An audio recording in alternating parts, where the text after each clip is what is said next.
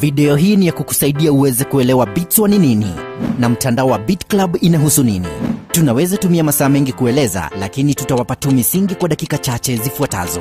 Jambo kuu hapa ni kuelimisha yote kuhusu Bitswa. Kwa hiyo, Bitswa ni nini? Bitswa ni crypto sarafu na teknolojia ya kwanza ulimwengu mzima. Bitswa hasa hutumia mtandao kutuma pesa au thamani moja kwa moja mahali popote dunia mzima bila kutumia benki, PayPal ama Western Union. Na ni salama kabisa, bila jina, na huwa ni haraka. Huweza kutumika mahali popote ulimwengu mzima. Mtu yeyote yule huweza kutumia Bitswa. Hakuna hitimu inayohitajika, na kimsingi hakuna ada, shtaka wala mipaka. Kwa hakika hii ndio njia ya pesa kwa wakati ujao. Kwa hivyo, kina nani hutumia na kuikubali Bitswa? Kwa kweli, milioni ya watu hutumia Bitswa, na unaweza nunua chochote unachofikiria kutumia Bitswa hizi. Maelfu ya biashara hukubali Bitswa. Unaweza lipia tiketi za ndege, chumba cha kulala katika hoteli, magari ya umeme, kahawa na chochote kile. Kama unaweza fikiria kuihusu, tunaweza kukuelekeza pa kupata Bitswa hizi.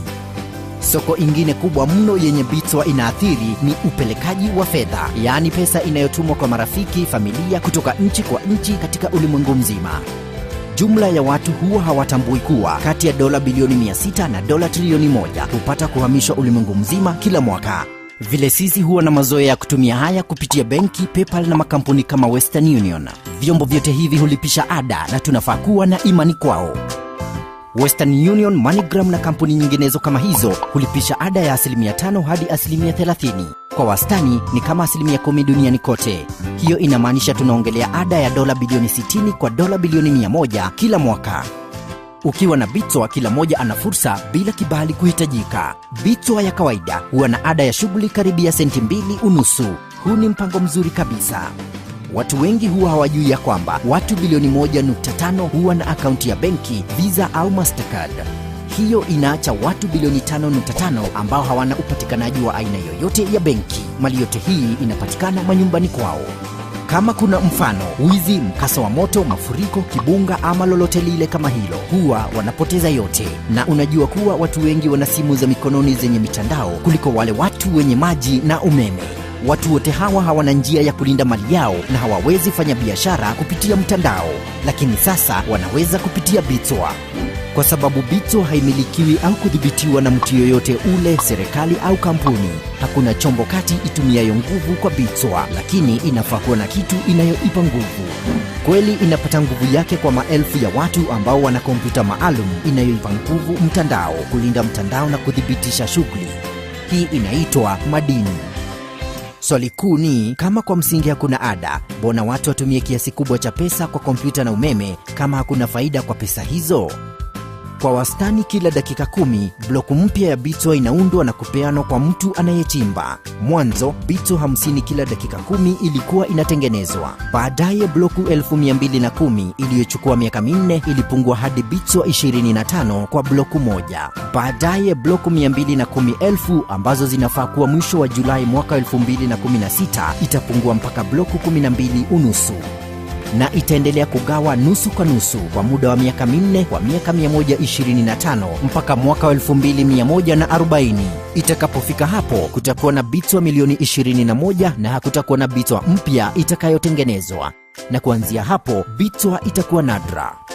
Bitswa ilianzishwa na Satoshi Nakamoto Januari 3 mwaka 2009. Ilipozinduliwa haikuwa na thamani, haikuwa kuhusu pesa. Ilikuwa kuhusu kudhibiti wazo la uwezo wa kufanya shughuli bila kuhusisha mtu wa tatu. Na tunaweza kuwa na madaraka yenye umbo mwingine ambayo mtu yeyote ule ulimwengu mzima anaweza fikia bila ada yoyote. Kwa huo wakati watu wachache ndio walikuwa wanajihusisha na uchimbaji. Walikuwa wakikusanya kila Bitswa mpya kila dakika 10. Baadaye mnamo tarehe 22 mwaka 2010 mapatano ya kwanza ilifanyika. Bitswa 10,000 zilitolewa kununua pizza. Baada ya yote hayo kufanyika, ghafla bin vu, Bitswa ilipata dhamani. Halafu dai zikawa nyingi na watu wakaanza kuulizia ili wanunue Bitswa. Lakini wale waliokuwa nayo hawakuwa wanataka kuuza Bitswa hizo kwa bei rahisi. Kumbuka Bitswa ni nadra kama dhahabu. Ilipofika hapo, watu wakaanza kuuza Bitswa hizo kwa bei ghali.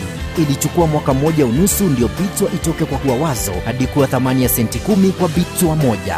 Ndio hii video itengenezwe imekuwa miaka 5 na bei ya Bitswa imetoka kwa senti 10 hadi dola 240. Huo ni 2400 zaidi. Miaka 5 iliyopita kama ungenunua Bitswa inayogharimu $1, saa hii ungekuwa na $2,400, na kama ungenunua Bitswa inayogharimu $100, saa hii ungekuwa na $240,000. Miaka 5 zilizopita, Bitswa imekuwa kitenga uchumi mkubwa ulimwengu mzima. Watu wengi hufikiria hizo enzi zilikwisha. Wamekosea, hii ndiyo sababu. Kwa kweli saa hii kuna karibia watu milioni 10 ambao wana mkoba wa Bitswa. Tunaongelea kuhusu teknolojia yenye uwezo wa kukua kubwa kuliko mtandao, ikiwa na bilioni ya watu wanaotumia.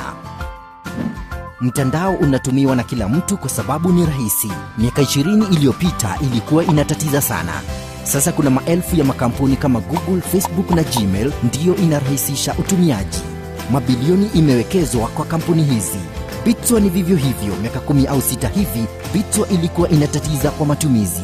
Lakini saa hii kuna maelfu ya makampuni dunia mzima yanayorahisisha uwezo wa kutumia Bitswa hizi. Wale werevu na wajanja zaidi saa hii wanaekeza mabilioni ya dola kwa kampuni za Bitswa hizi kurahisisha utumizi kwa wengi. Hii ndio maana bado tuko mwanzo wa mapinduzi ya Bitswa hizi. Kwa miaka iliyopita, mamilioni ya dola imekuwa imewekezwa kwa uanzilishi wa kampuni ya Bitswa. Mwaka 2012, karibia dola milioni 2 iliwekezwa. Mwaka wa 2013, dola milioni 95. Mwaka wa 2014, dola milioni 361. Na pitia Septemba mwaka wa 2015, tayari dola milioni 456 imewekezwa. Hiyo ni dola milioni 900 miaka 3 iliyopita. Hapa ni baadhi ya watu na mabiashara wanaowekeza kwa kampuni za Bitswa. Bill Gates, Bwana Richard Branson, The New York Stock Exchange, Goldman Sachs, USAA Bank, wale walioanzisha PayPal, eBay na Google. Pia chuo kikuu cha MIT kinahusika na Bitswa na msingi wake wa kiteknolojia. Hapa ndiyo ujuzi unafanyika. Dhani ya kuwa uko na baadhi ya dai fulani ya dhahabu, na huo mwezi dhahabu itoshayo hiyo dai lako ilichimbwa. Mwezi uliofuata dai lilibaki vivyo hivyo, lakini nusu zaidi ya dhahabu ilichimbwa. Hizi ni baadhi za picha za mapatano za kila siku. Hii inaonyesha dai na inachofanyika na Bitswa. Dai inazidi kupanda, bado kiasi cha uletaji itazidi kupungua. Ndio hiyo inamaanisha kuwa bei itaenda juu na itazidi. Hii ndio sababu watu wanaingia mtandao wa BitClub. Baadhi ya werevu wanaekeza mamilioni ya pesa, na bei itapanda na dola 10,000 kwa Bitswa moja kwa miaka 3 ijayo. Ukinunua Bitswa saa hii na uiwekee kwa miaka 3 zijazo, utakuwa na uwekezo mkubwa sana. Kumbuka miaka 5 iliyopita imeenda juu kutoka 2,700 hadi dola 10,000. Ukiingia mtandao wa BitClub, badala ya kununua Bitswa na kuiweka kwa miaka 3, hatimaye itakuwa mingi, ndiyo. Lakini ukichukua hiyo Bitswa na uiweke na sisi, miaka 3 zijazo utakuwa na Bitswa mingi zaidi, kama dola milioni 1. Wakumbuka ile pizza yenye ilikuwa dola 20 ikaenda dola 1.4 elfu? Usiachwe nyuma. Jiunge na BitClub, inafanya kazi dunia mzima. Kuna mengi zaidi katika dunia ya Bitswa, hatuna wakati wa kueleza. Tunazindua sarafu zetu na tunawapa wanachama wenzetu pekee. Na tunatengeneza dai ili iende juu. Mtandao wa BitClub una uwezo mkubwa, usikose.